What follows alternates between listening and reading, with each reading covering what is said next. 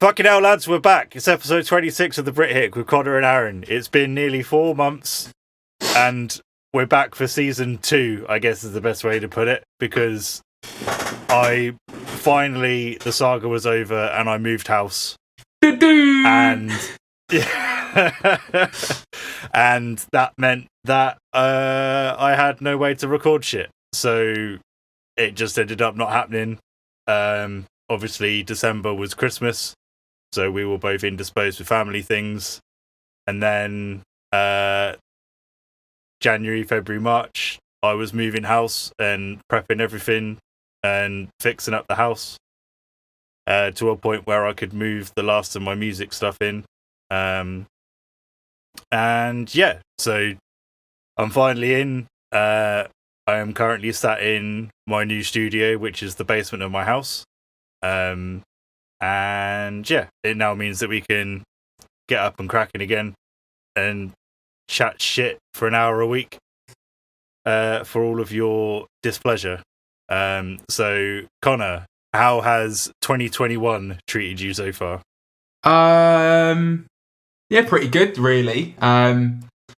Obviously, something both of us are involved in. Obviously, the band, there's been exciting things happening behind the scenes, to say the least. We can't really say much at the moment, but that's been really good. And the 900 as well. We've got a few things on the boil. Obviously, all things permitting as well, it looks like we've got some kind of route out of constant lockdown, so we're actually able to do stuff again. And I actually got my first vaccine today, so yeah. Are you feeling any side effects at the moment? I know that some people have said that they get like a what do you call it, like a vaccine hangover. Yeah, so there's been a few people at my work who have had it so far, like in the last fortnight. So they kind of had the standards, what seems to be the standard after effects. So a bit of a dead arm and like a headache, and then in a more, I say severe in a kind of light way, kind of like flu-y symptoms, like body aches and stuff like that for like 24 hours. And then literally, like, it just goes. But I haven't even had a dead arm yet, and it's been about 5 hours since I had my jab. Okay. Which one did you have? The Oxford AstraZeneca one. Yeah. I guess we should say something, like, as part of what we do with the podcast is talking about the news and everything like that. What is your opinion on the stuff that's going on with countries saying that vaccine is causing blood clots?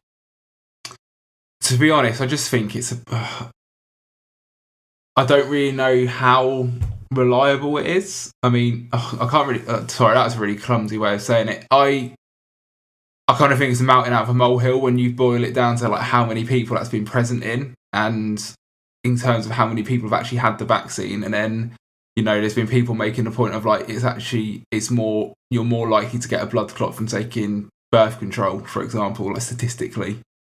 I just, you know, because there is so many people who are like anti-vax and, you know, very... I want to choose my words carefully here, because some people are anti-vax from a totally like anti-intellectual standpoint, and I can't respect that at all. But some people are anti-vax in a way that it's like, I don't agree, but I can respect where they're coming from. But I just think where you've got a current of that, as soon as there's even a little bit of a like, oh, there's been this side effect, people are gonna jump on that, you know, blow it out of proportion. It's very easy to blow things out of proportion.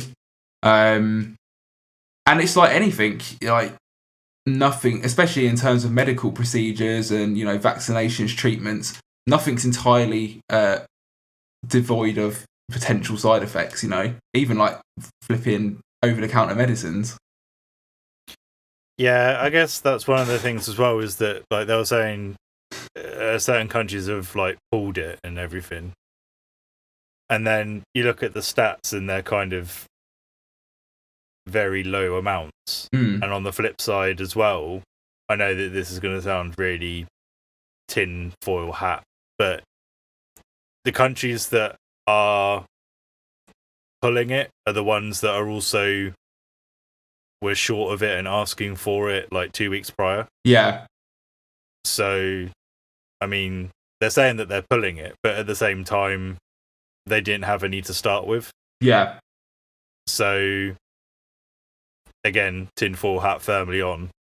But it's almost one of those things where it's like, well, we don't have any of it. How can we save face about the fact that we don't have any of this vaccine? Or let's just say that we don't want to use it. That's a really good point, actually. And then even a couple of weeks ago, or still as well, obviously there's a big row between the EU and the UK, and the EU as a whole, as a well, you know, like a governing force or whatever, they're like, well, we need the supplies that we're contracted to. And it's like, oh, but what? You didn't want to use it? Like, I don't want to go too far down that rabbit hole. You know, I mean, I think it's really interesting.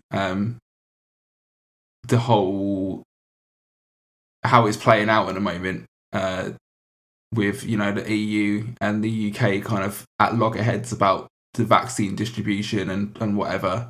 And it's a massive subject, you know, like there's contracts that have been agreed, and obviously we could talk about this for hours and we wouldn't even scratch the surface with the knowledge that we'd be able to obtain about what's actually gone on here.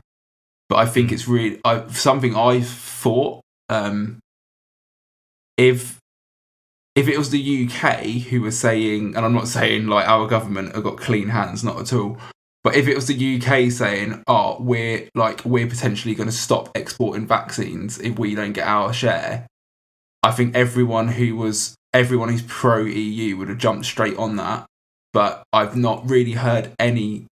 I think the way the EU have been fanning the flames a bit, and they've used a lot of like rhetoric and stuff that's probably a bit ill-advised. Our shared feelings about the EU and Brexit are very like well known among our peers, and we've definitely voiced it on here before. But even for me, I'm like, that's not really the way to go about it, and I think it's a bit disappointing. And also, well, disappointing, like that's a bit weak, but I think it's a bit stupid to be that bullheaded. And then, I haven't seen anyone who was like anti-Brexit and that actually criticised the EU for that. Yeah. And I don't think like it's like you should call out bullshit when you see it. I don't really think that is the way to conduct yourselves. It's like, it's just saber rattling, you know. Yeah, and this whole situation is the first situation where us being out of the EU has meant that we've been able to hold on to something. Yeah. Obviously, there's a load of other shit, but at the same time, our government took a punt. Whether or not the intentions of the punt were, what's the best way to put it? Calculated, I guess. With the best intentions, yeah, or with sincere intentions, I guess would be the way to put it. Because in my mind, they pushed it through regardless because they just want business back. Yeah. I don't think that they sincerely thought that it was tested enough, and it's just luck that it has turned out well for them. Yeah. Because you have to look at the amount of other countries that were like, well, we should probably wait a little bit first and do some more tests. And we were the only one that were like, nah, fuck it. Fuck it, we're doing it live. Yeah, I mean, it's par for the course with a government that doesn't give a shit about the working masses, that they'll just throw people into essentially an experiment. And that's what people have said that are refusing, is that there isn't enough to say what the side effects are. And I understand that. But at the same time, the amount of people that have had it now, by the time that it comes down to people our age, I know that you've got it because of the industry that you work in, but by the time it gets round to me, I'll be the last in line. So I have no qualms with getting it. Yeah. That's a point you just made there as well. Like, I think I should kind of clarify an earlier point. So, yeah, I mean, I'm definitely like, I'm definitely not gonna like call anyone daft for being dubious about having a vaccine because of that point you've mentioned. Like, I'm a bit wary about the how quickly this has come through, and I don't know if it's been tested enough. I could totally respect that. The kind of what I meant earlier is, when people have fully gone down the rabbit hole of like, oh, it's all the start of the project for like, to get everyone like microchipped, and this is the Bill Gates thing, and it's like, oh, come on, mate, like it's really not. You're not that important. Oh, that sounds horrible, but you know what I mean. Just like, for fuck's sake, it's like, oh, the NHS are all in on it, are they? It's all a big pantomime. Yeah, no, I get it. Like, even some of the people that are saying, oh, it hasn't been tested, it's just like, okay, however, have you done the research in the level of testing that was done before? And they're like, no, but why is it that every other drug is put through tests for years and years and years? And it's like, I understand that, however, in this case, it's been pushed through because everyone that was doing every other drug testing is now doing the testing for this drug. That's it. And you didn't have the luxury of, don't really have the luxury of time. No. Because of the situation. It's like, well, you can't really wait for years and years and years, unfortunately. No. But it was more of a thing of like, oh, well, why does this drug take ages for it to be tested? It was like, well, it was probably one company that had, I don't know, like 50 testers, whereas with these it's like every company and all of their testers on this one set of vaccines. Oh yeah, that's why it's quicker, because there's more results. Yeah. So the way that I think about it is, think of like a single lane road compared to a 6-lane motorway. There's just more going, which means that it gets through faster. Oh yeah. So, and it definitely would have been that element of like each developer, or it's probably the wrong term, but wants to be the first. They want to be the first one with an effective vaccine. There's competitive element there. Yeah, there's monetary incentives for sure. Oh, of course. Yeah, and 100%. But yeah, it is like, I'm glad did the third one get put through recently? We don't. The UK doesn't have very much of it because I think we've kind of bundled all of our shots in the first two to start with. I think there was the Johnson & Johnson one. Yeah, I've seen a little bit about this, but I've kind of not read too much into it. Yeah, I've kind of fallen off the radar on certain developments. So, yeah, like there's more coming through, which means good. Yeah, like in general, like there's more options and everything, and hopefully the roadmap for the UK anyway is followed through, and we don't have any additional issues. Yeah. I guess the thing is that we'll find out at the end of next week if there's been a spike because of the kids going back to school. Yeah, that's true, and hopefully it's not too many people do too much stupid shit over the bank holiday weekend as well. Yeah, well, I mean, we've had the news of what was going on at various places earlier on this week. But it's kind of bad. It was really bad timing. It's like the hottest March day ever. Yeah. On the day that restrictions were lifted. It's just like, well, what do you expect people to do? Yeah. like, I know it's fucking stupid because we see things like, oh, such and such was stabbed, and like there was like fights and litter everywhere and everything. It's like, yes, that's fucking shit. However, really bad timing on the regards of the first lot of restrictions that were lifted for people to go outside, and it was a really hot day. Yeah, sod's law, really. By comparison, anyway. So, but yeah, I mean, you've got that, and then the schools were back for 2 weeks before the Easter holidays. So that's 2 weeks, and then at the end of next week, it will be like 10 days after that first, like, initial easing of restrictions. So we'll probably see by the end of next week if there's a spike or not. Yeah. So, yeah, moving on to other things. Andrew WK, the absolute mad lad that he is, Mr. Party Hard, released a track in the middle of February. I didn't hear it until early March, and then I passed it on to you, and we both basically rinsed it for 2 weeks. Yeah, I've listened to it an awful lot. Babalon is the name of the single, and the video is mental, and the song is like completely different to everything else that he's done. Yeah. I don't know if you want to describe how it came across to you. It's definitely very like metal. You know what I mean? Like, yeah, it's got, obviously there's elements of like metal in Andrew WK anyway. Like you would say, you know, it's heavy, it's hard rock / metal infused, most of his music. But it's like, it's very like, when I listened to it, I was like, if you didn't have Andrew WK's vocal on it, it could be a ghost song almost.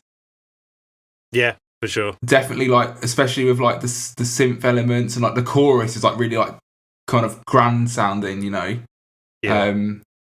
And the way it like the rises and falls of like the dynamics and stuff, it actually did like, it doesn't sound like I'm not selling it very well here. It doesn't sound like Andrew WK's written a song that sounds like Ghost. It's that kind of vibe.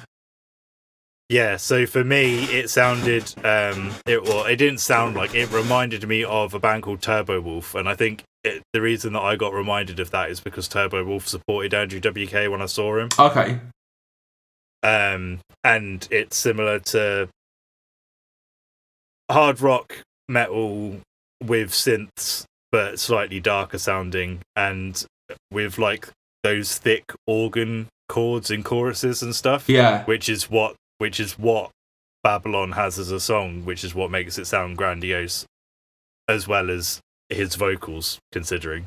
Yeah, and also I think it's worth mentioning, obviously the lyrical concept is like well far removed what you normally expect from Andrew WK. Yeah, it's not it's not about partying. Yeah. It's but then we'll go on to the tinfoil hat stuff in a bit, but you find out that then the stuff that he's talking about, like I Get Wet and Party Hard and all that stuff, is there are double meanings in some of his stuff, but at face value it's pretty obvious what he's going on about in a lot of the songs, whereas in this one it's not. Have you looked into what the lyrics are about? It's thalamaic. Yeah, there's a lot of stuff about ego death and stuff in there as well. Yeah, like, which actually does tie in a lot with the whole bloody messy web of Andrew WK conspiracy. Yeah, I guess we should like go into it now, because it kind of like it's. I guess this is like the first one that directly kind of talks about that side of things. Yeah. So I found an article from years ago about Andrew WK and the conspiracy theories around him as a person. So I'm trying to think of like the best way to summarize it. So a lot of people have heard about the Steve Mike case. Yeah. that Andrew WK supposedly got taken to court by a guy called Steve Mike, who I can't remember what it was. It over intellectual property? Yeah. So basically, the gist of it was that it was a legal dispute over like the intellectual property, like the rights to the material and stuff like that. But basically, Steve Mike was meant to be like a co-creator, but felt like he wasn't getting due credit, basically. Yeah.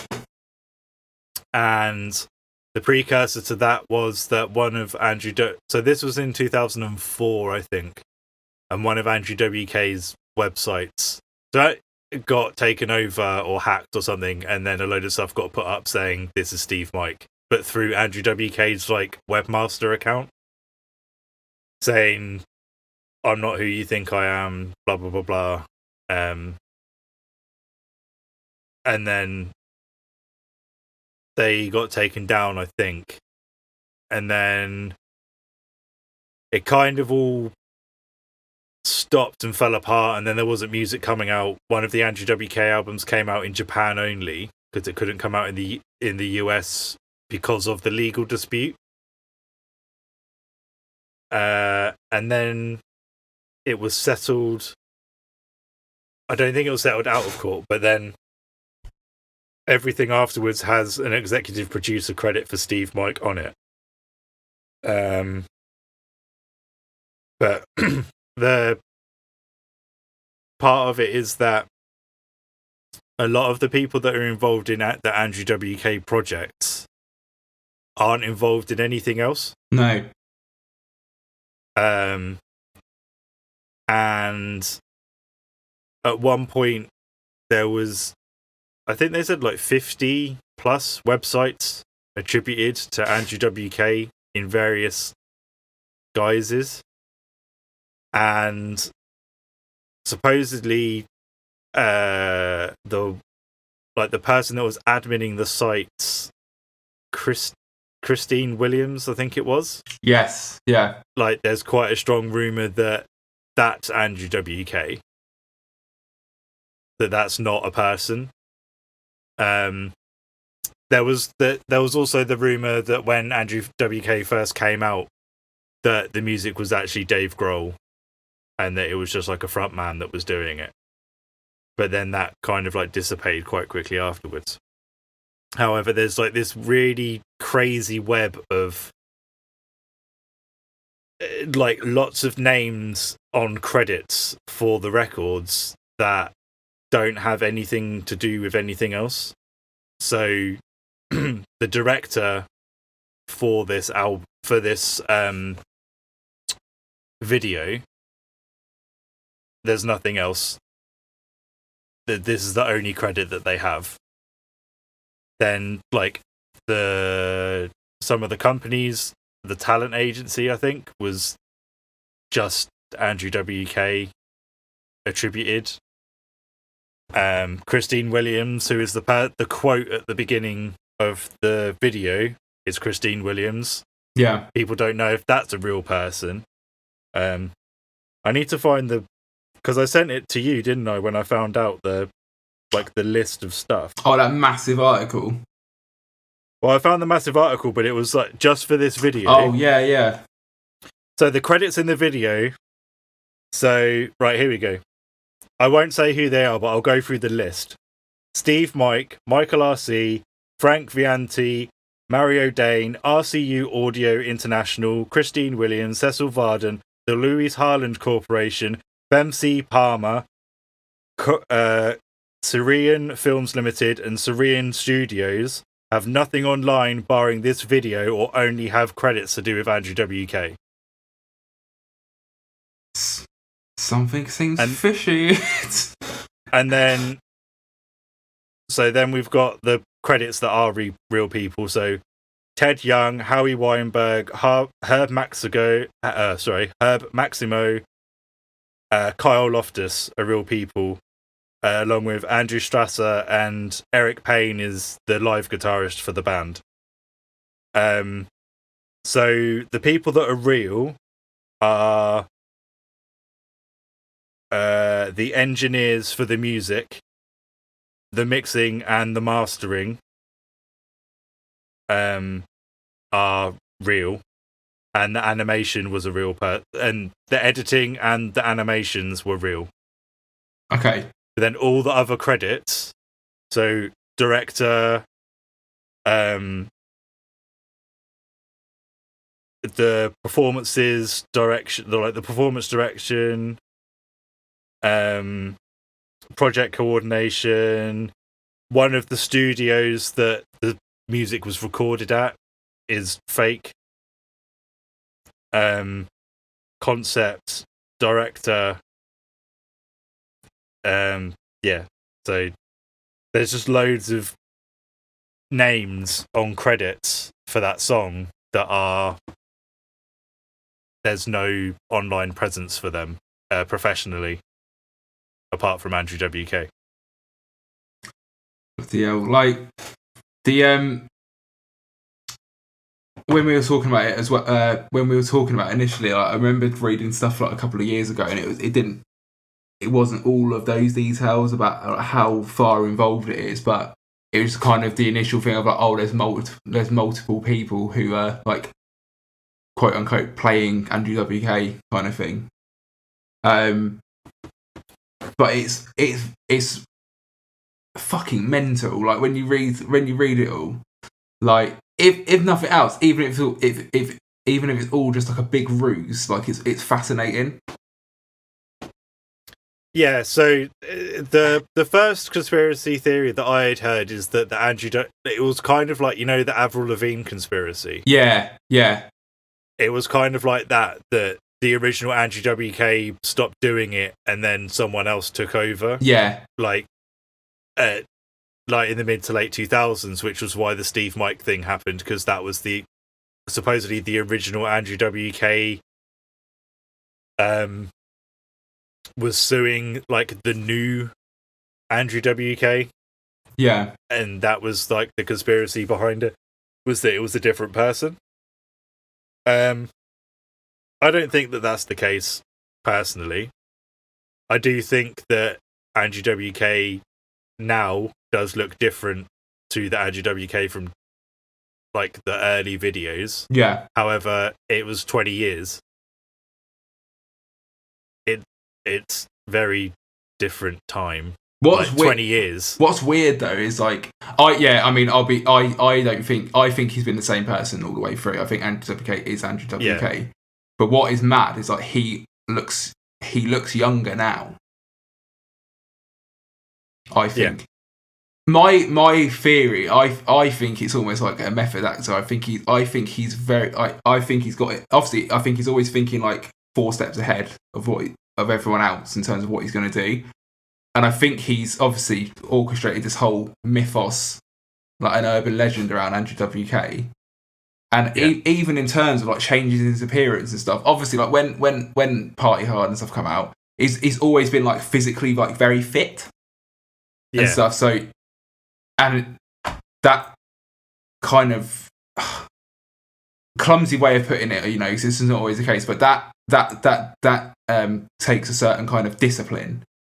And I think he's got a certain kind of mental discipline as well, where I think he's made himself, I think he's brought physical changes on himself, obviously like through exercise or whatever. Like he's smaller now, like in terms of muscle mass. But I think I thought he was leaner. He's leaner, yeah. He used to be bigger, like. But I think he's conscientiously done all of these things to help propagate this trail of like confusion. I think he's creating this own like this urban legend almost.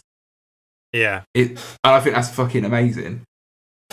What's funny about it is that you don't find out about it unless you actually go looking. Yeah. There's nothing in unless you like.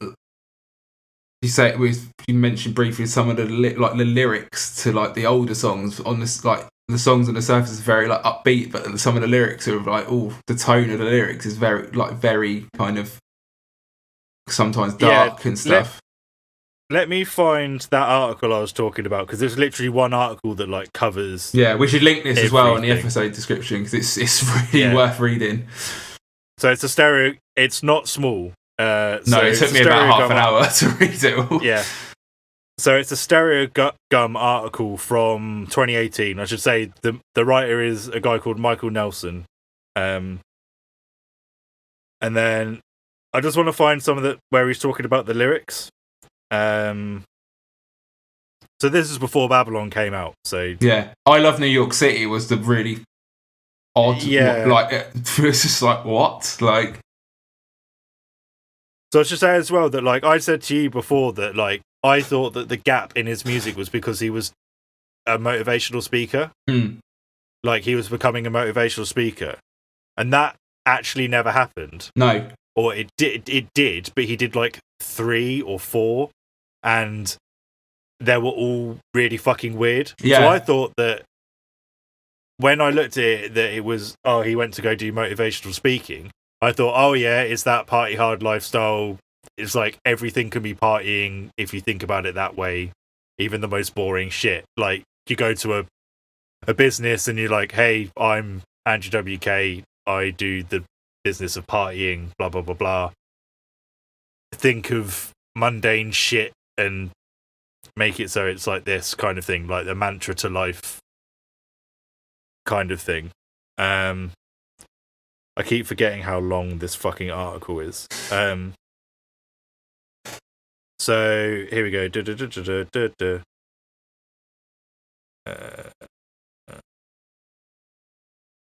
That's the Dave Grohl rumor. Then yeah, the I Get Wet being I'm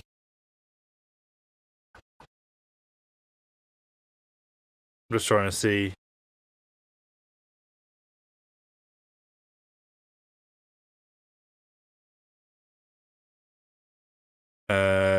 Ready to Die lyric. This is your time to pay. This is your judgment day. We made a sacrifice and now we get to take your life. It's like, yeah, party.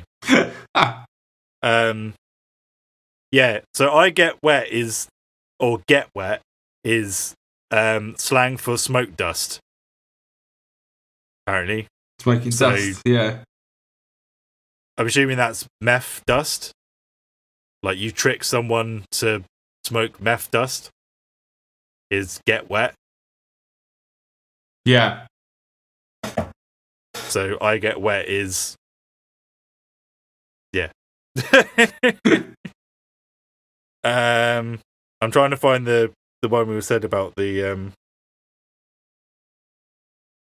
then there's like a comparison to Funny Games and the Party Hard video. Yeah, that article goes in deep. Like it's really good. Like really good. It's an essay, really, isn't it? Yeah. I don't think. Oh, here we go. Here we go. I Love New York City.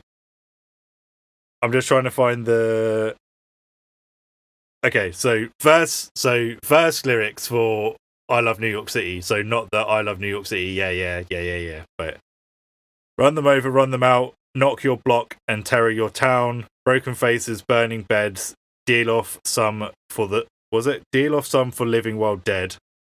Then we are a corporation. We are a company. We cut hard, but we're cutting hard anyway. We are your mother, father. We are your final friend. It never started and it won't end. It's like, Yeah. Yeah. So it goes on, and then we start getting into the things about the albums afterwards and the problems that there were with the Steve Mike stuff. And yeah, I mean, it's like 25,000 words. Oh yeah, it's a proper it is an essay, isn't it? It's not really fitting to call it an article. I think that kind of doesn't do it justice. Yeah. Oh, and then yeah, so in 2004 there was an Andrew WK set where supposedly there was someone else there that was dressed as Andrew WK that was performing as Andrew WK. Yeah, they cut the set short and yeah. So yeah, it just goes on, and then it's like fucking hell.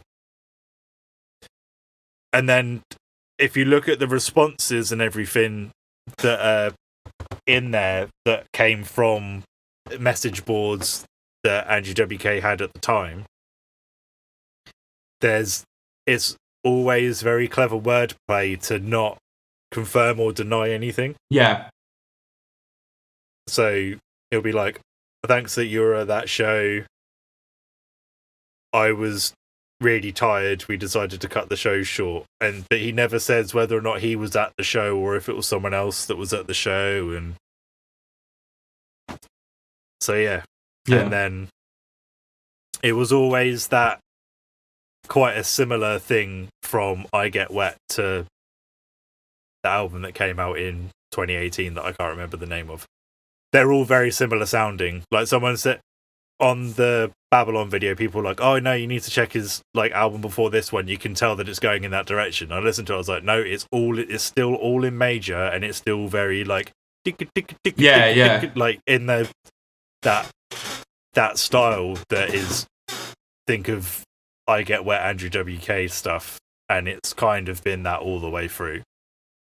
Variations of that theme, whereas Babalon is just like completely different. Yeah, 100%. Like, I'm interested to hear like the album when it comes out.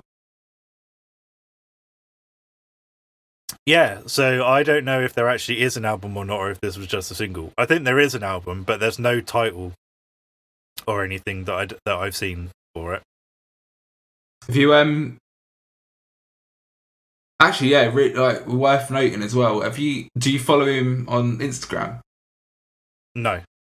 So I followed him for a few years now because I like Andrew WK anyway. But all of his posts used to be pretty like, what you'd expect of Andrew WK, like if you're not looking into all the mad shit that we're just talking about. You know, yeah, it's like I love life. Andrew WK just being like a well upbeat guy. But now all of his stories and stuff are like really weird, like really like weird, like manipulated photography and shit like that. And it's just like, what? Like, really? It seems to be leaning more into it. Yeah. It's almost like, when you look at something and it kind of makes you feel uncomfortable, but you don't know why. Yes. Yeah. That kind of thing.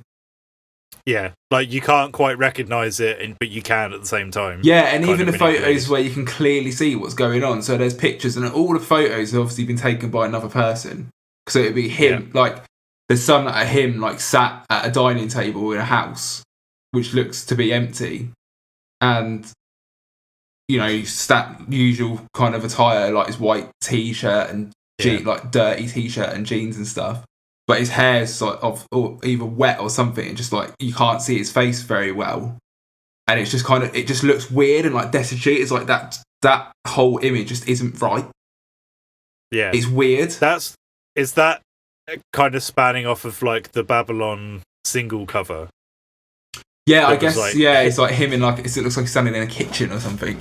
Yeah. But there's just like a lot of like, it's just like there's something off key about it. With the plasters that are covering up his tattoos. Yeah. Which I'm still trying to work out what that is. Also, I can't find anything about the fact that there's a third person in, the image in the video that's the apple, and then there's a reflection, but it's not a camera. Oh shit, I haven't noticed that. There's a third person, and I can't work out who so you've got Andrew WK, then you've got the mannequin. Yeah.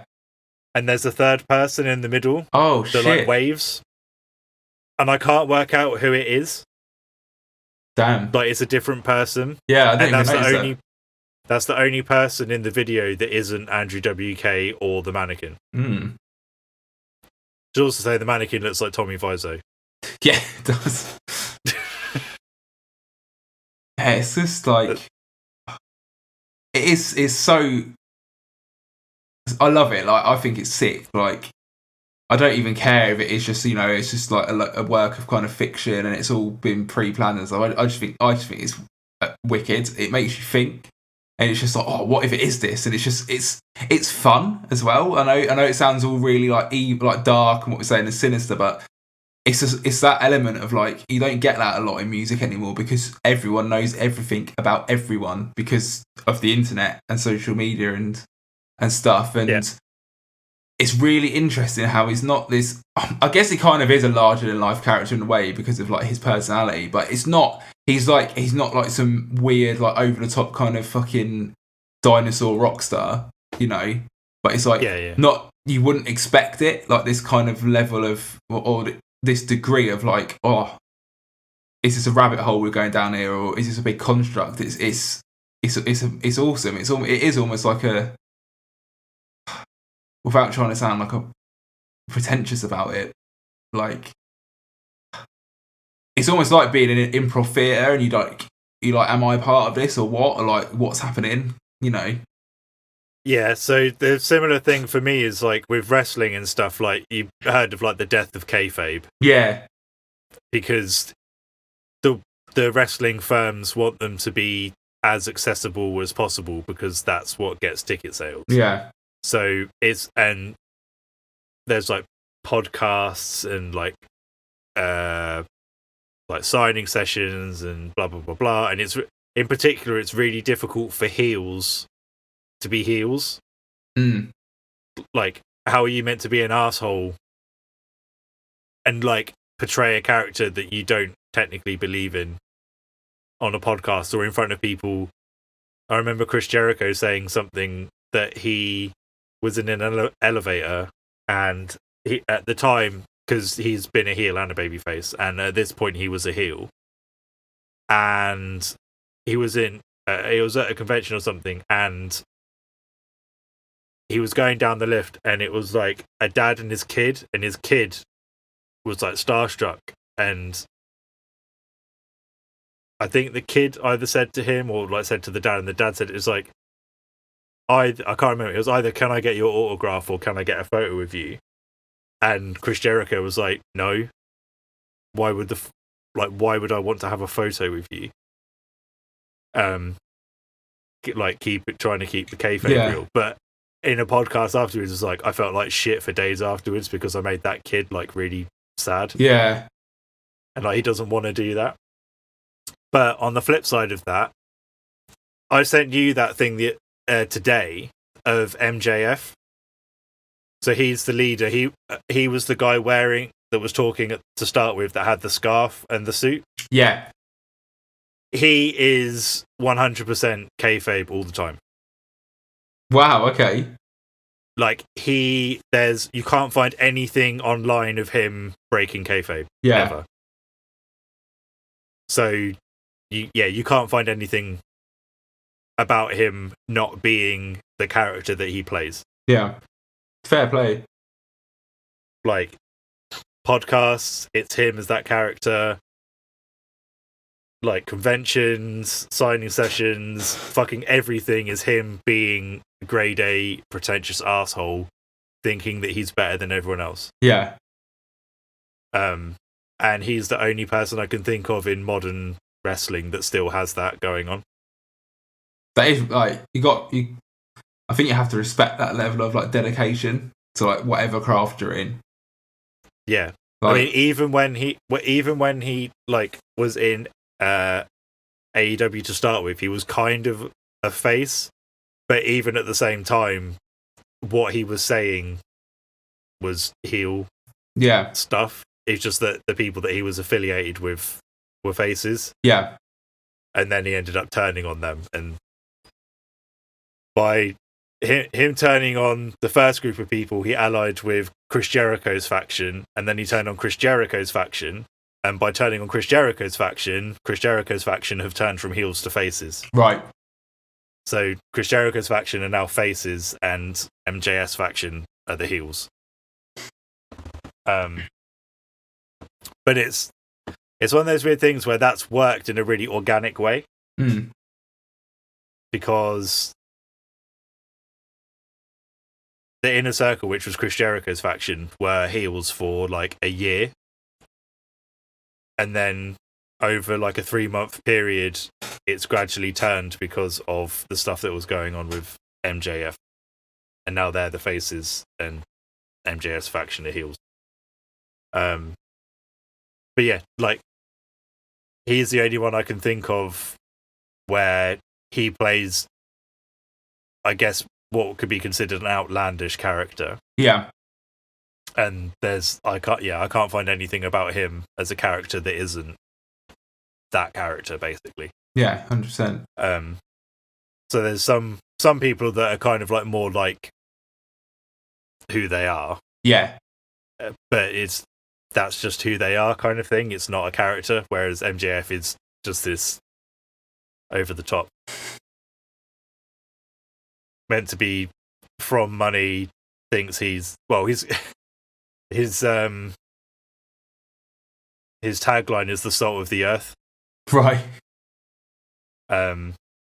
So he's meant to be, yeah, make of that what you will kind of thing. But yeah, it's difficult. Going back to the music thing, it's now very difficult. Think about how absolutely mental it was hearing about bands like Dimmu Borgir and Cradle of Filth in like the early 2000s. Yeah. And how quickly that deflated in the following 5 to 10 years when social media happened, and then you find out, oh, Shagrav's actually in Chrome Division playing guitar. It's like a rock and roll band. Yeah, exactly. And it's like, oh, Danny Filth lives in Ipswich with his wife and drives an Audi or something. It's like, right, okay, like all of the mystique of them on stage disappears because you start seeing them off stage. Yeah, 100%. Like, I think it's something that's funny enough. Like, funnily enough, going to mention Ghost again. Like, I think they were one of the most modern kind of example of that, of a big rock band with that kind of mystique around them and the theatre and stuff, like the theatrical element. But obviously, the whole lawsuit kind of ruined that a bit. Yeah, because it's like, obviously you found out who your members were, and obviously then you saw Tobias about the makeup and stuff, and it's kind of like, obviously it's just a bloke with it's just a bloke with makeup on, but it's like, it's nice to have that barrier. It's like, I don't know his name, I don't know the names of the other musicians, I'm gonna take it in as like pure entertainment, and it kind of shattered that a bit. It's just like, all right. Like, it hasn't ruined it completely. I think to be fair, like all things considered, like moved on from that quite well. But it did kind of, it shattered that illusion a little bit. They didn't do a Slipknot. No, yeah, because that's the one that I can think of where before, like, everyone got unmasked or whatever you want to call it, there was such a crazy thing about them as a band because of the masks and because you didn't know who they were and where they had come from, apart from at that point the second album was called Iowa, so yeah, it was known that they had come from Iowa and Des Moines. But yeah, and then Murder Dolls, so you kind of knew what Joey looked like, but Joey's mask was kind of him anyway. Yeah, think about it. But I think Corey was the main one where it was like, oh fucking hell, like, yeah, and it would have been Jim as well, because obviously Stone Sour, and it's just kind of like, Sour, yeah. It did, like, I know what you mean. It's like, you don't, and I don't mean it in a disrespectful way, like, not at all, but it's like, you didn't want to know who those people were on a human level. Because it had that danger to it. Yeah. You're like, oh, yeah, this is fucking... So, I know people say the same thing, well, a similar thing about, when Kiss took the makeup, it's like, yeah, but you knew Kiss were just blokes with fucking makeup on. It was never like a danger thing, was it? It was never like, oh, this is insane, like, it could go off the rails at any time kind of thing. And obviously Slipknot had they were like just bastards to each other as well. Yeah. I think with the Kiss thing though, I know that neither of us like Kiss. However, I do kind of get it, because you're talking like early mid-70s. Yeah, I guess so, yeah. And they were playing characters. We're talking about people playing characters. It is a similar thing. And it's like, oh, we're going to do an album where we're not the characters. We're just the four of us. It's like, oh, I wanted fucking Starchild and the Demon and stuff like that. So I do get it. Yeah, like, I will say to their credit as well. Time. I will say to their credit as well, when they came back with the the makeup and stuff, it kind of it didn't kind of lessen it. It was they've got their fans and that were like, oh yeah, this is great. Whereas like, I think the Slipknot thing is kind of like, oh yeah, the cat's been out of the bag for a long time now, and it is just kind of like, it's almost like, yeah, that's the uniform you put on to play in Slipknot. Yeah. And then away from that, it's like your Mick Thompson or you Corey Taylor, or especially with Corey Taylor, because he's just everywhere in the media. It's just so diluted now. It's like, oh, all right, mate. I can't take, not to sound like a fucking wanker. Like, I do like Slipknot. Well, I really like Iowa and the self-titled album. They were like really important albums to me in my musical growth, and I still listen to them now and enjoy them. Like, I didn't mind the last album, to be fair. I thought it was decent. It exceeded my expectations, but it is just kind of because Corey Taylor's like everywhere, it just does kind of dilute it a bit. And it's like I can never take anything he says about Slipknot at face value or 100. Like, it's always a massive pinch of salt. It's like, oh, like it's gonna be like the heaviest thing. It's like, no, it isn't. Like, it isn't either. Yeah. Like, because it's just like bollocks. Like, I guess the exception to this whole thing would be Rammstein. Yeah, actually. Because Rammstein have always been themselves, but also have the massive theatrical part of it. But the theatrical part of it is them. Yeah. It's kind of weird how that works in a different way. And I can't really explain how that works, even though you know who they are, compared to Slipknot, where now that you know who they are, it takes some of the edginess is probably not the right word, but it takes the edge off. Yeah. Maybe there's an element to that where it's like you always knew on a visual level who Rammstein were, I guess. It was never hidden behind like an image, so to speak. Yeah, nothing has been taken away. Yeah. The theatrics have got bigger as they get bigger. However, them as a band, as a core unit, is always been the same. Mm. I guess that could be why. And I think as well with Rammstein, it's everything they do, isn't it? It's the video, like, especially their videos and stuff. Yeah. Like, it's always like a big statement of some kind, or not a statement. It's always like there's a lot of thought and effort that's gone into everything they do. It's all obviously there's always a reason, it seems, for like the ideas. Yeah, and I guess the other thing as well is that I don't think they've ever done stuff outside, in regards to media, outside of the band. Like Richard did his Emigrate project, but then he got asked about the Emigrate project and did questions about that. And then when Rammstein does stuff, they get asked questions about Rammstein, compared to it being like Danny Phil's top 10 horror films, or Shagraf does beer reviews, or Corey Taylor speaks about or collabs with Rob Scallon on a YouTube video. Yeah. Rammstein don't seem to do that. Yeah, it's very pure. It's very pure. It's always about the band. It's business. Yeah. Which I get what you were saying about dilution. Yeah. I think it...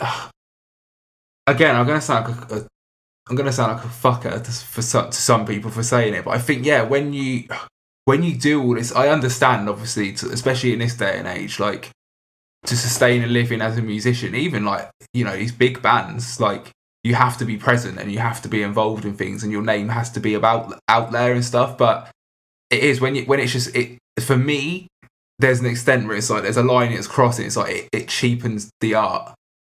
in my opinion.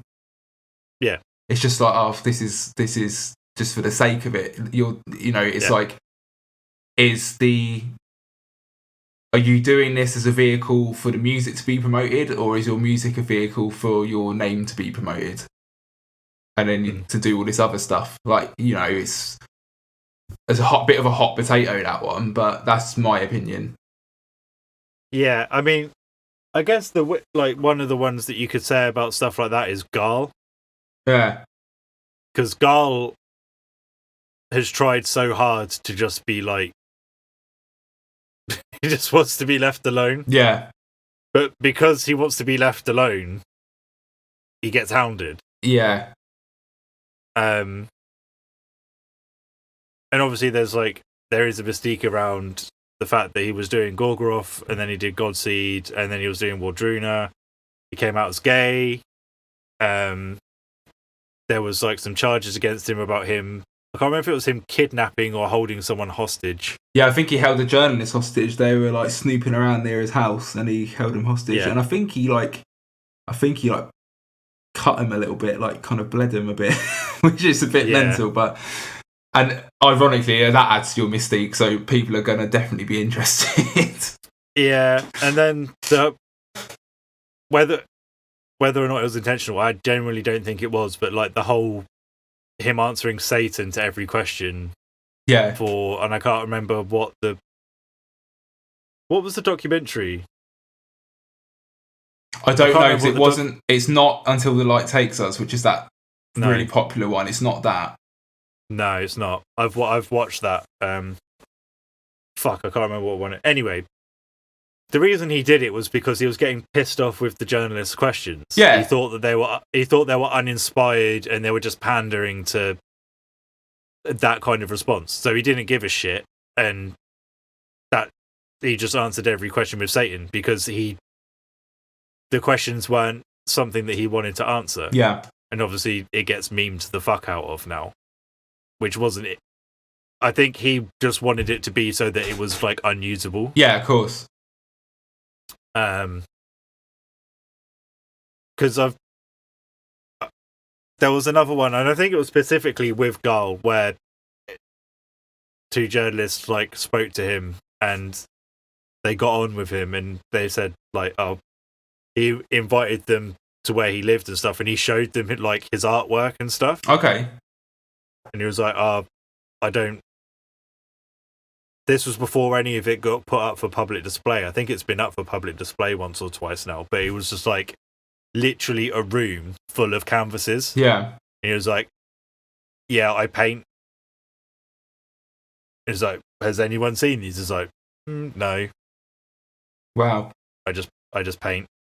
And that was the same interview where he was like, yeah, all through school, there was me and one other kid that was 2 years older than me, and he committed suicide when he was 16. And that was his school growing up. Yeah. It was him and one other kid. Jesus, man. And he's talking about the isolation and stuff, and you get a more interesting response from him in regards to the whole Satanism thing. Yeah. Because it's not Satanism, it's just a vessel to go against Christianity, because Christianity came and stole all of Scandinavian history. Yeah.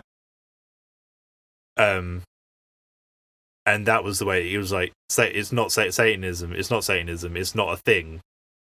It's a vessel to go against Christianity. Yeah.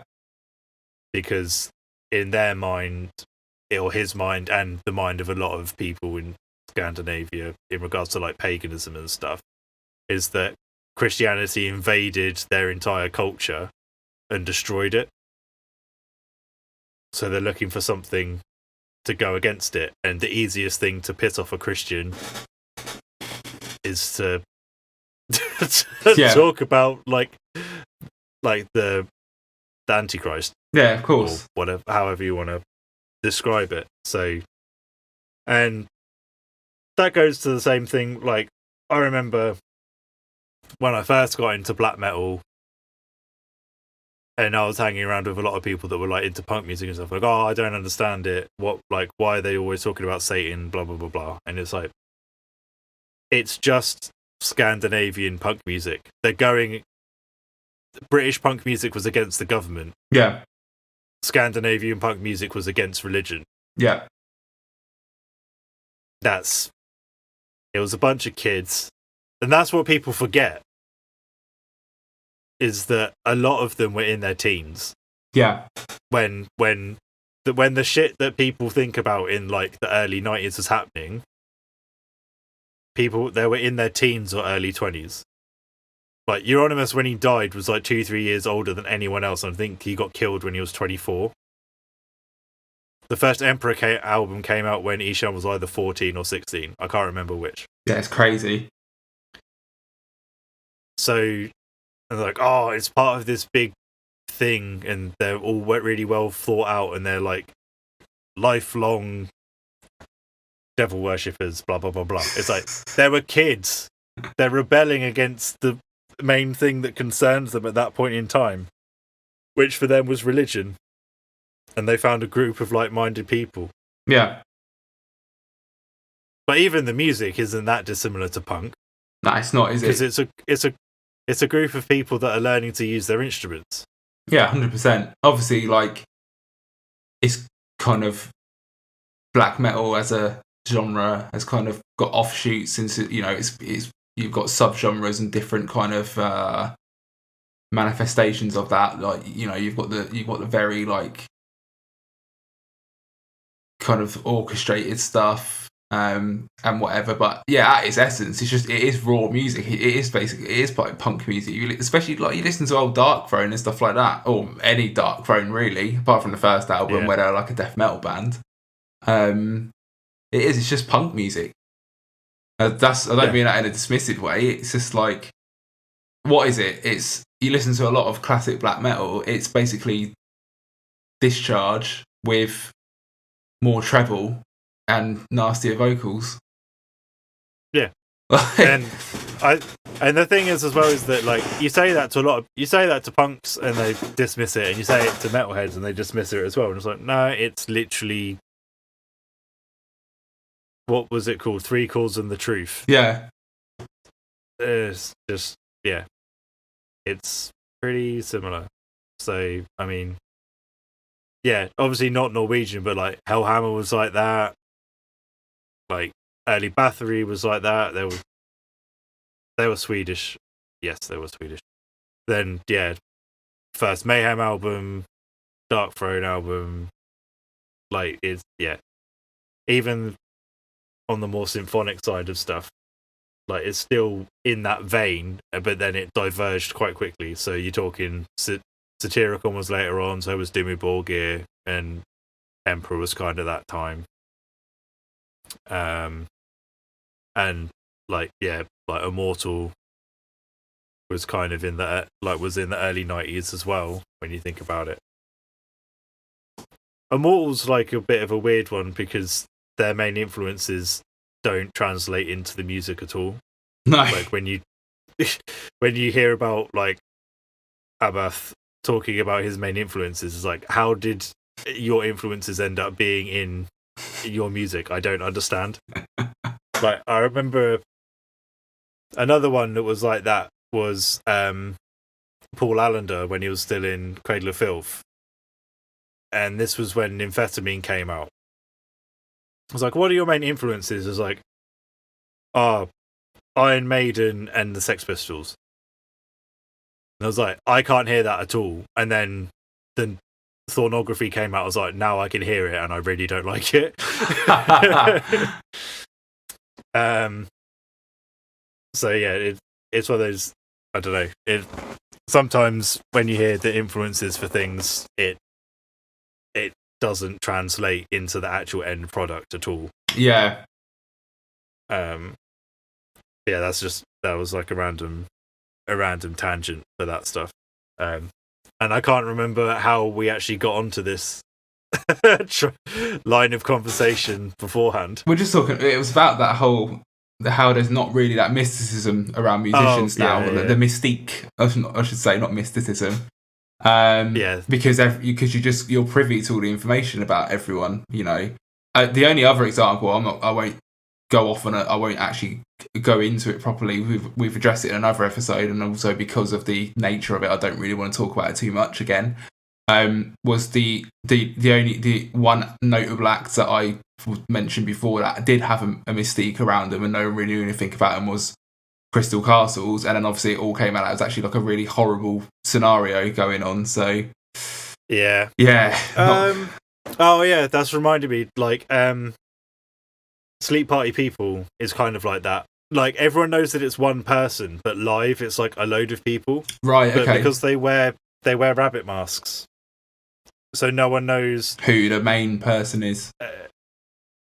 Most people assume that it's the person doing the vocals is the main person. Right. However, because it's pitch shifted, it doesn't kind of matter if it's the person, because it's pitch shifted like between a fifth and an octave. Like, it's very pitch shifted. Right, okay.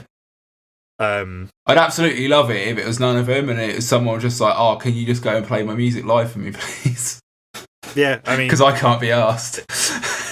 It could be, like, you know what I mean? It's not out of the realm of possibility. It's Andrew WK. Yeah. We've cracked it. We've cracked the case. It's actually, Andrew WK is Sleep Party People.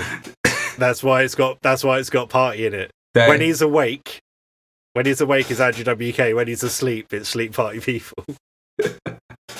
So when Andrew WK turns up out the doors, I need you to delete that episode, boys.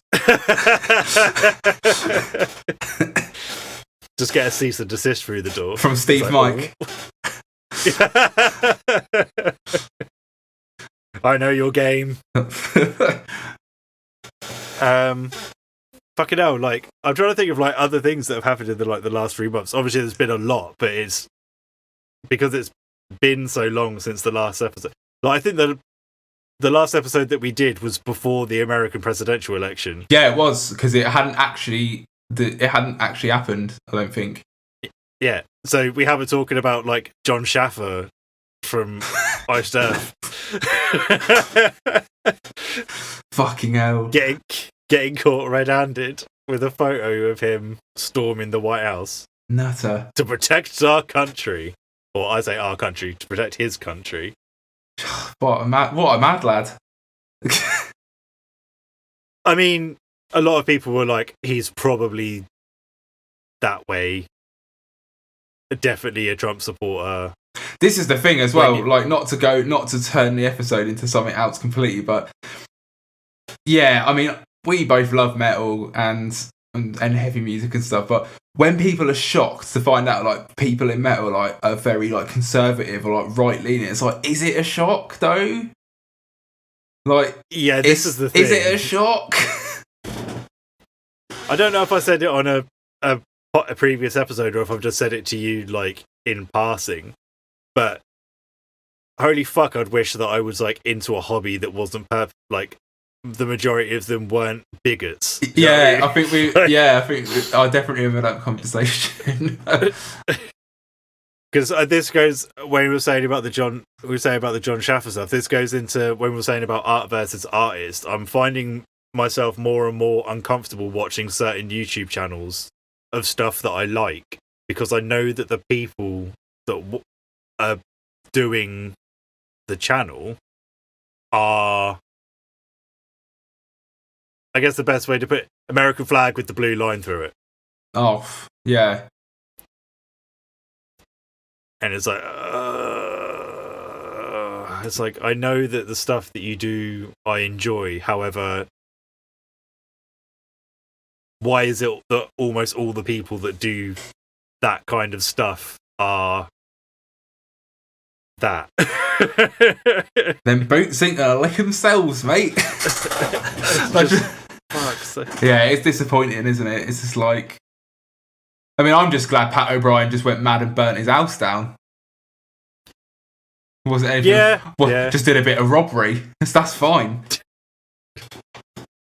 Not to make light of that. I hope he like obviously he's recovering well, because that's pretty mental. Like what happened. Obviously, he was going through some shit, definitely, like, but proper addiction problems. Yeah, and stuff, yeah. But yeah, it's a hard one, especially when it's someone you look up to. Like when something like that happens, it's like it's not, especially like being the people we are as well, like, and very got convictions in what we believe in and stuff. It's like you can't just brush something aside that's unpalatable just because you like what that person makes. Like, obviously, there's a line. Obviously, there's a difference between like, this person supports a political party that I don't, and then it's like, this person is outright advocating for like fascism. That's that's the kind of there's a difference. It's important. Like, you can respect people and not agree on everything, but there's a line where it's like you have to kind of, are you actually standing by your own morals? If you just continue to support it, it's like you don't, and as well, like you don't always have to, depending on what the issue is and stuff, you don't always have to call people out. It's not that, and I don't. Obviously, some things you should, but like that example you made, obviously about the American kind of like, it's about the police, isn't it? Like, and that stuff. It's like, okay, cool. I don't agree with that. Like, I might just stop watching your channel. It's like you don't have to call them out. It's not like they're advocating for flipping like genocide and stuff like that, but it's like, cool. Maybe like there's people I've had to like unfollow or pages and stuff, and it's like, hang on, this is taking a bit of a turn. I can kind of, you read between the lines, I can kind of see what your agenda is now. So I just don't really want that in my sphere, Yeah, I think the thing is as well, we've talked about art versus artist, and like music is something because that's like an output, and you can kind of detach it. Yeah. If the stuff that's in it is not to do with it. Yeah, like Burzum was the example of that. I think we definitely mentioned. I remember saying definitely like not a person I would say is like he's not a nice person, and like the things he believes in, and the things he believes and advocates for, I'm like, no, you're a shit for believing in that. But his music doesn't contain any of those views. So it's like, I can listen to the music, but I'm not going to financially support him. Yeah. But whereas if Wataine's like a more modern example, I guess. Yeah. Whereas you've got the... Like, it's still shade, it's still like not obvious, but everyone's like, it's going to be... Yeah.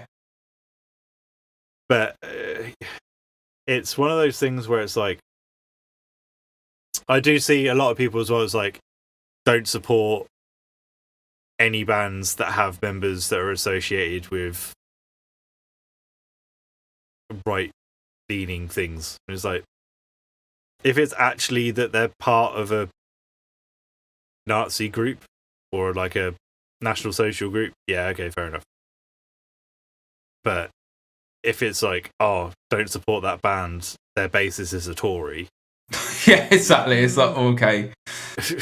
Or, I don't know, like UKIP. Yeah. Do you know what I mean?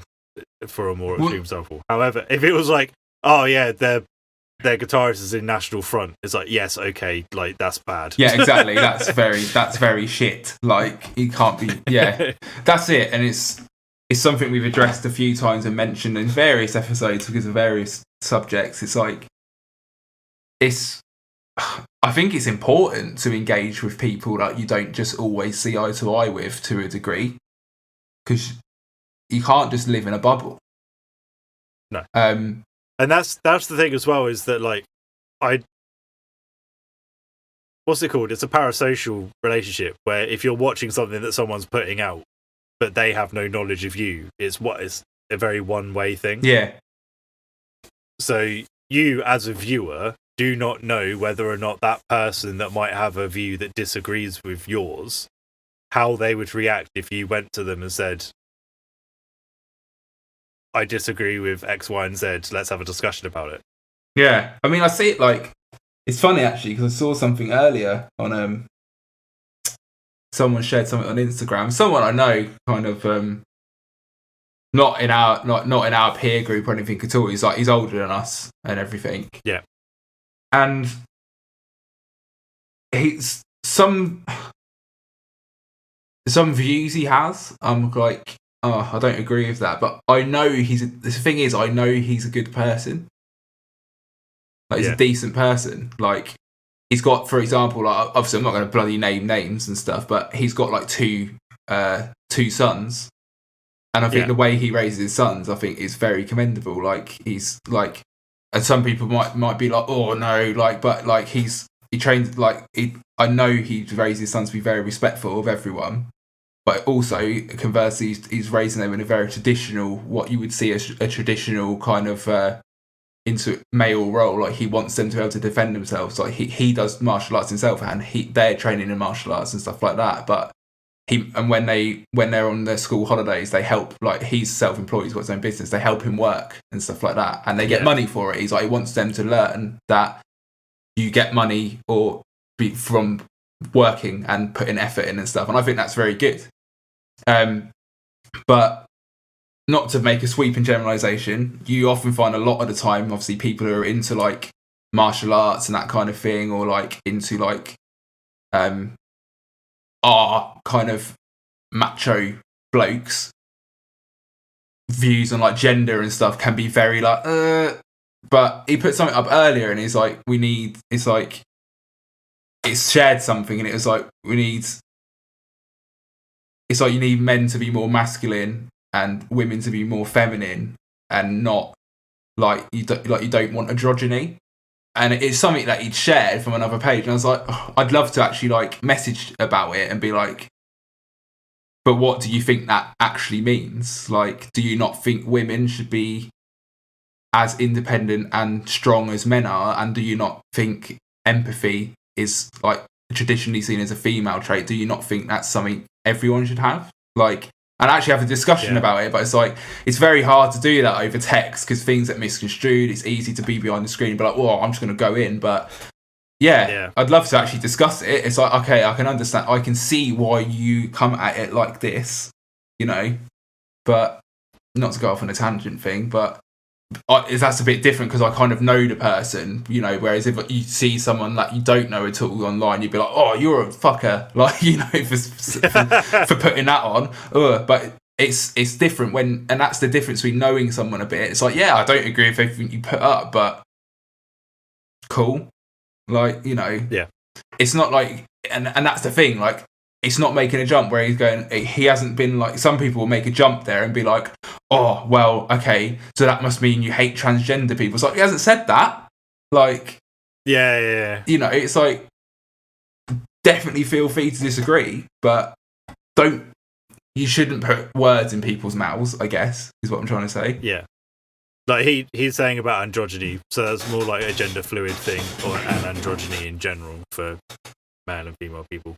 Which, yeah, I disagree with, like, wholeheartedly. Yeah, I mean, that's what I saw. It's like, I don't agree with that at all. But it's like, and even I'd even question whether it's like, not to like backpedal, but it's like, is that even the most important part of that message that for him, or is the more important part being like men should be more masculine? Do you know what I mean? I'm not in that person's head, so I don't know. But yeah, I think having challenging conversations and uncomfortable conversations is very important for growth. Yeah. I think the problem is when we're talking about things in regards to seeing as like this week was the 31st was trans awareness or trans visibility day, yeah. That it's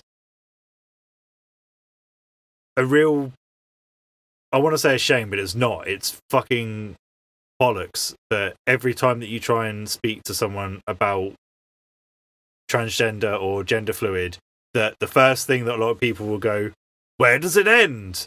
What if I want to be an attack helicopter? What if I want to be a dragon? What if I want to be a unicorn? What if I want to be a blue whale? It's like, no one, that's not what this is about. No. It's about the fact that, and this is where people get fucked up, is that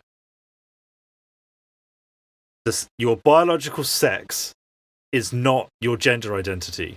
No. So, my biological sex is male and I identify as a male. Okay, that's fine. However, your sex is not your gender, and people can't get their heads around that. And I remember at school being told that they were the same thing. Yeah. that they just put gender on things because they don't want to put sex on it, because sex gets a reply of yes please. Literally got told that by a teacher at school growing up.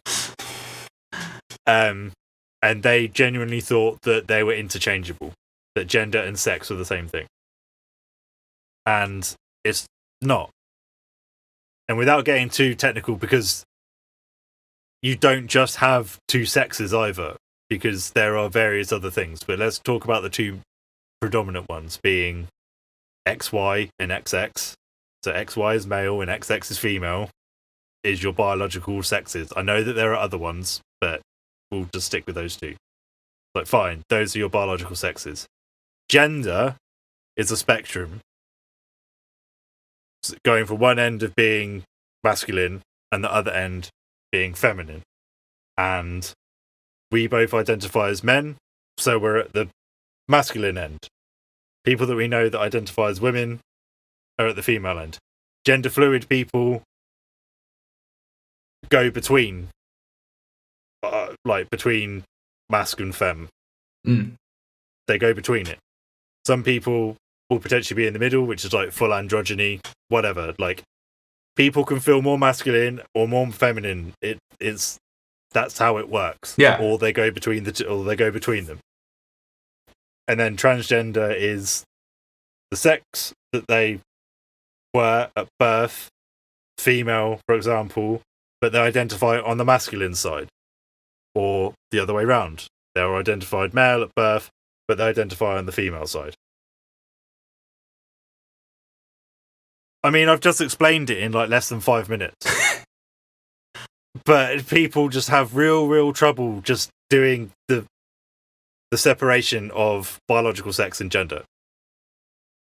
It's like, and I know several transgender people. Yeah, I can know at least. Like, I can think of at least 4, like just off the top of my head. Yeah, I think 4. Yeah. Yeah. I mean, it's like, well, okay, cool.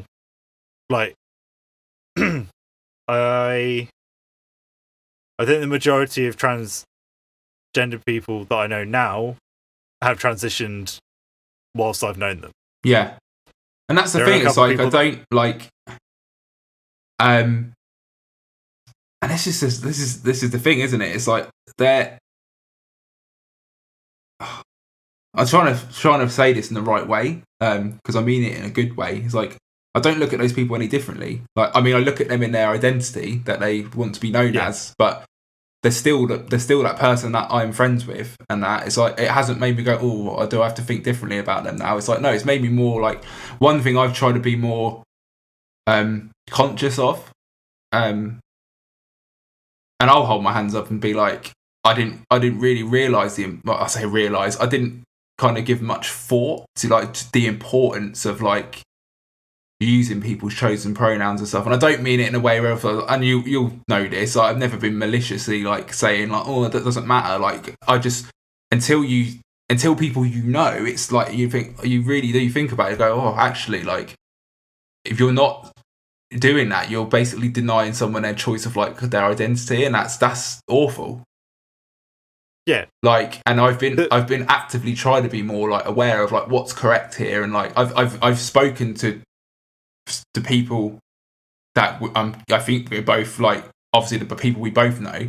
I've spoken to them in private, like, oh, what does this mean? And because I want to be more aware of like the terms and like make sure like I can catch myself with like, because, you know, like I pretty much call everyone mate anyway, even girls, men, women, mate. It's pretty, you know, but it'd be nice to just be, is how much effort does it take to like think for a second, like, oh, okay, how does this person want to be referred to in terms of pronoun? Like, it's no fucking skin off your nose, is it? Like, just to make that bit of effort. Yeah, I say the one that I have to be careful with is I say man and dude to like everyone. Yeah. But I have to be careful, like, sometimes it's misconstrued. Or obviously, because man, it's literally man. And dude is normally in reference to a male. Yeah, yeah. Because I just say it in general. People used to think I was weird for calling girls mate. Oh, look at it now. I was ahead of the curve. Perfect gender neutral mate. Yeah. So And I think I'm trying to think of like the best way to like kind of. It's not to do with sexuality, No, which is what I think people get caught up on as well. Is that it's a sex thing? It's got nothing to do with that. No. It's got to do with how they identify as a person. And I think that says more about the person saying that, if anything. Yeah, 100%. It's like, yeah, well, what I are you agree. thinking about then, eh? Like, hey? Yeah. You know, it's just like, it honestly, like, the people that I've seen transition and the people that I've seen say, this is my gender, then I'm genuinely happy for them. It's like, wow, that's like big respect, because even, you know, it's still like, there's still a stigma. Like 100% there's still a stigma, and it's like, if you've got that, like, please excuse the turn of phrase, it's like, that takes real fucking balls to do that, you know? Yeah. And it's like, yeah, fair play. Like, I'm happy that you're happy, and I will support that as best I can, you know? Yeah, it's like people that came out in the 80s as gay. Yeah. Like, the amount of fucking bullshit that they had to... Like, actually, I tell you what, no. Because in the 80s, it was still illegal. In the, like, early 90s, I guess. It's crazy. Yeah. Like, the amount of stigma that there was around it. And you hear people like, oh, imagine how cool it would be to go back to the 90s. And it's like, yeah, if you're like a straight white person, yeah, great. Like, yeah, where people are like, things are simpler. Like, people had like more values than that in the 50s. Like, yeah, if you're straight and white, everyone else, fucking hell. Like, they had a torrid time of it. Yeah, you're saying values. They mean values for the like your people. Yeah, the people that you are. It's like, don't have to give a shit about anyone else of any other colour or creed. So, yeah. Rose tinted, like, to say the least. Yeah, I guess. Well, I mean, the thing is that a lot of people that are saying that weren't there. Oh, yeah, of course. So it's just fucking... You're getting second-hand accounts or incredibly doctored footage or reports or whatever, like, of that period of time. So it's like, I'm trying to think of like all the fucking ball bag American adverts that there were of like dad coming home there was some around where it's like dad coming home and the wife's there fucking cooking dinner for him and the kids are fucking there and everything. Have you seen WandaVision by any chance? I haven't watched it, no. Because they pastiche that really well. So, without wanting to... I'm not going to give spoilers and stuff away, but basically, like, in the initial episodes, it's going through decades, like, starting from, like, the 50s. So each episode is stylized as in the manner of a sitcom from that era. It's really well done, and in between and where the ad break would be, they have these fictitious adverts they've made in the style of that time. And yeah, the 50s one is like nails that completely. It's so funny. It's like, wow. Yeah. Like, and you think, fucking hell, that's ridiculous. Like, to us now, that's ludicrous, but you're like, wow, yeah, that really was like the attitude at the time. Yeah. It's just more progress, no regression. Thank you. Yeah. I'm just hoping that the generations after us don't fall back into conservatism. That's it. It's down to like not me and you individually, but everyone. It's down to our generation to like not to slip into what's comfortable, you know, because it's. I think that's, you know, they say, oh, as you get older, you get more conservative. It's like, I don't know if it's necessarily that. I just think as you get older, it's easier just to be like, oh, I'll just be quiet and just be comfortable. Yeah. You know, and it's just like, we have to not settle for that anymore. Yeah. But the issue is that as we get older, are the majority of people that are our age going to fall into that, and then we end up being the fucking crazy old bastards that are at protests? Yeah.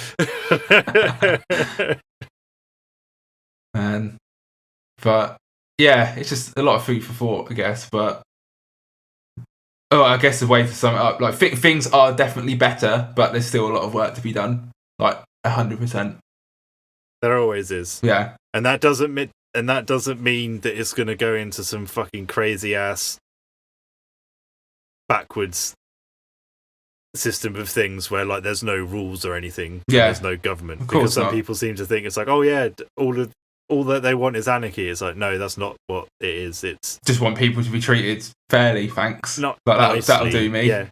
Like I don't want to see people. Yeah, I don't want to see people fucking getting tasered and carted away by police because they're sat down protesting peacefully, and then the media to misconstrue it as a violent protest on the part of the protesters, not the police. Oh, what could that possibly be in reference to? Oh, yeah. But remember, Britain isn't institutionally racist, as by dictated by the report that was made by the people that were being investigated. Yeah. Fucking hell. You can't hear it, but I'm shaking my head and just... I can't... How people can just accept that as a thing is just ridiculous. Yeah. Just... It's the same as like, oh, the police complaints board have decreed that the police weren't at fault. It's like, okay, so the police have told you that the police aren't guilty. Yeah, they're hardly going to shit on their own doorstep, are they? So dumb. Fucking. But unfortunately, with systemic stuff like that, there's nothing that we can do about it. Yeah. So all you can do in your own small way is just try and make people aware of it in whatever capacity you can, because that's it, isn't it? You need it. So you need more people to. It needs to spread, and more people need to be like. Some people generally like. It's important not to be like, well, people are stupid. It's like, no, some people genuinely aren't aware because it's not something they've looked into. And if you live in you live in a society where the construct of that has been like, you know, you break it down in layman's terms, the police are good. Everyone against the police is bad. Like, it's like if you've been taught that since birth, it's a big thing to break out of. Yeah, you know, you got it's an indoctrination into a thought process that you need to like break yourself. Yeah. You know, I think it's very difficult. There's a difference between people who just haven't been made aware, or maybe haven't like looked into it, to people who have all that information to hand and then just go, nah, it's all bollocks. Like, you know what I mean? There's a difference. Nah, it goes back to the anti-vax. It goes back to the anti-vaxxer thing from the beginning. Yeah, it's like, well, we've got nothing to hide, nothing to fear, mate. Know what I mean? Yeah. All I'm saying is, don't do crime. The thing is though, is that I used to think that. I used to think the police were like... In my late teens, early 20s, I was like all on board with like, I was like, fuck it, I'll get chipped. Like, I've got nothing to hide. And it's like, wait. Yeah. And like in the following 10 years, it's like, oh, well, they'll just pin something on you if they want. I can honestly tell you, I can pinpoint the event that made me completely change my attitude about the police. So one of my friends was involved in the... oh fuck's sake, what were they? The you know, the protests around 2008, 2009, like loads of the big, like the city, like the Occupy protests and stuff. Oh, okay, yeah. There was a couple around that time. You had the student loans one, and then the Occupy one. Yeah, so it was part of one of the Occupy protests, and they basically did a sit-in protest at Fortnum and Mason in London. Yeah. All got arrested, detained for like, I think it was like 36 hours, didn't get to call anyone, had all the possessions stuff taken off of him, put in like a solitary cell and stuff, just for like having a sit-in protest and whatever. I don't think he even got all of his stuff back. And this is like, I'm not just saying this because I'm biased, but honestly, probably the most gentle person that I've ever met. Right. Yeah. And it's just like, wow, honestly... that made me completely change my view about how the police work and who they serve, kind of thing. They serve themselves. Yeah, and they serve the government. You know, they're basically they're basically the oh god, we're fucking going off on one ear, aren't we? They're basically like the But we should say, yeah. But you have to remember, 2008, 2009 Labour government. So no one can say that we're talking about, oh, you're just always popping off at the Tories and stuff. It's like, well, no, that was a Labour government. Yeah. And we're not even popping off at the government, we're popping off at the police. Yeah. The way I look at it, man, like, and it's, you know, people might be like, oh, that's a bit extreme, but like the police are just the armed militia of the government. Yeah. They just, you know, fucking hell. Like, it's not hard to see. Yeah. And in regards to other... But as always with things like that, they will do stuff on their own to protect their own interests. Oh, 100%. It's not always that they're just on the beck and call of the powers that be. They've got their own self-preservation to do. Yeah.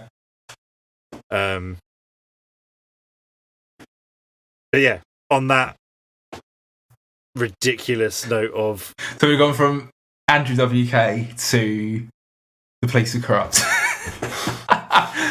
Yeah. But yeah, in closing, we're back. We're hoping that we'll carry on doing this more regularly now after a ridiculous hiatus. As I'm back in place now. Yeah, thanks for listening. I hope everyone has stayed safe over the last 3-4 months and they continue to do so.